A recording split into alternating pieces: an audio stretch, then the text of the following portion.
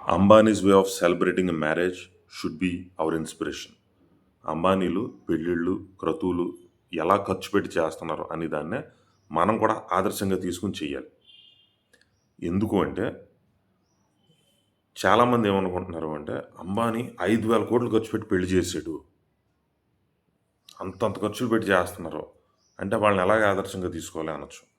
Simple logic. అంబానీలకి నాకు తెలిసినంత వరకు ఒక 5,00,000 కోట్ల దాకా ఆస్తుందని విన్నాను. అంటే అంబానీ దగ్గర 5,00,000 ఉంటే అందులో కేవలం 5,000 మాత్రమే ఓ పెళ్ళికి ఖర్చు పెట్టాడు ఆయన. అంటే 10,00,000 ఉంటే 10,000 ఖర్చు పెట్టినట్టు. ₹1,00,00,000 ఉంటే ₹1,00,000 ఖర్చు పెట్టినట్టు. 10 కోట్లు ఉంటే 10,00,000 ఖర్చు పెట్టినట్టు అంతే. అంటే నీ దగ్గర 10 కోట్ల ఆస్తుంటే నీ పెళ్ళికి సంబంధించిన ఖర్చులు, ఏమంటారు ఇది, కట్నాలు, కానుకలు సర్వం ఇంకంతా కలిపితే నీకు 10 కోట్ల ఆస్తుంటే నువ్వు 10,00,000 ఖర్చు పెట్టాలి అది.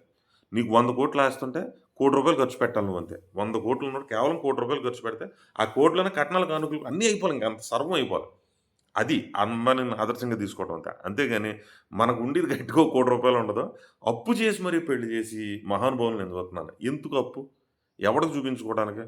వచ్చి తిన్నోడు ఎవడన్నా పోనీ ఆడేమో తిండికి లేక వత్తాడు నీ దగ్గరికి. ఆళ్ళు కూడా ఈ రోజుల్లో పూర్వం ఇంకా 40 రోజులు ఇళ్లలో ఉండేవారు. ఒకళ్ళకొకళ్ళు సాయం ఉండేవారు. ఇప్పుడు కరెక్ట్‌గా ఆ గంట ముందు వత్తున్నారు, అక్షింతలేత్తన్నారు, తినేత్తన్నారు, పారిపోతున్నారు. తిని పేర్లు పెట్టి ఎళ్తారు ఎదురు.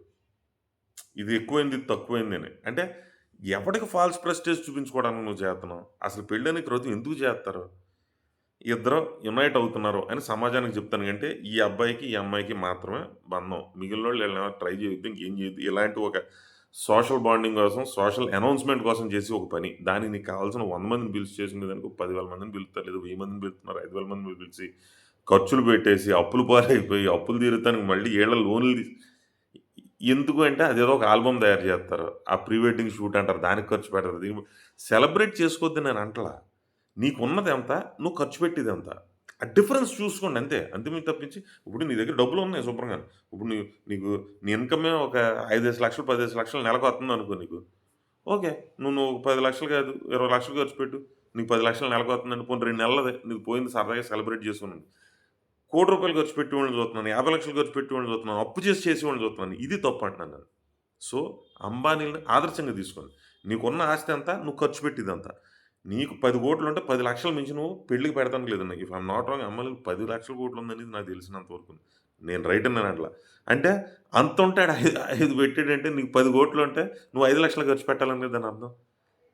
అనవసరంగా డబ్బులు వేస్ట్ చేసుకోవద్దు. మీరు ఎంజాయ్ చేయడానికి వాడుకోండి. మీ సెలబ్రేషన్ వాడుకోండి. జనాల మెప్పు కోసం మాత్రం డబ్బులు దయచేసి నాశనం చేసుకోవద్దు. మీరు ఏ హనీమూన్‌కో దేనికో ఖర్చు పెట్టుకోండి.